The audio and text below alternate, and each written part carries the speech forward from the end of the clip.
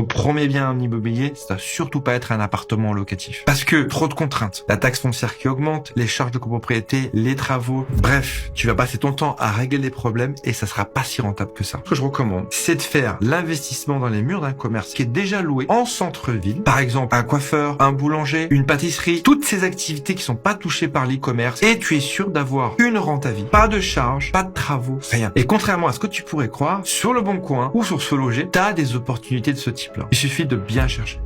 Non, ce raisonnement, je l'entends souvent en fait. Mais dire que l'investissement immobilier, c'est pas un bon choix parce que tu vas avoir des charges, des frais et des imprévus, c'est complètement stupide. C'est comme dire je ne crée pas d'entreprise parce que je sais que je vais avoir des frais. Ce qui est vraiment important, c'est comment tu structures ton investissement. Et la vraie question, c'est combien va générer ton bien en termes de cash flow ou d'effort d'épargne. Prends l'exemple d'un bien qui va te rapporter 12 000 euros de loyer par an. Tu as 8 000 euros de crédit, 2 000 euros de charges, charges de copro, taxes foncières, etc. Donc tu te rends compte que tu as 2 000 euros de bénéfices, si je puis dire, par an. Mais ça ne s'arrête pas là, parce qu'il y a beaucoup qui croient qu'en fait, ce qui est important, c'est d'avoir les 500 premiers euros de cash flow dès le premier mois ou 100 euros, peu importe. Ce qui est vraiment important, c'est sur le long terme, la prise de valeur que va avoir ton bien. Donc tu ne gagnes pas qu'une fois, mais au moins 2 fois. Et la rentabilité, elle se calcule pas uniquement sur ce que tu vas gagner en termes de cash flow, elle se calcule aussi sur la prise de valeur que va avoir ton bien au fil des années. Il y a beaucoup de personnes qui vont nous parler de combien tu gagnes au mois le mois. Ce qui est vraiment important, c'est de voir sur le temps long, à la fois certes le cash flow que tu vas avoir, mais surtout via la prise de valeur de ton bien immobilier, combien à la fin il va te rester. Donc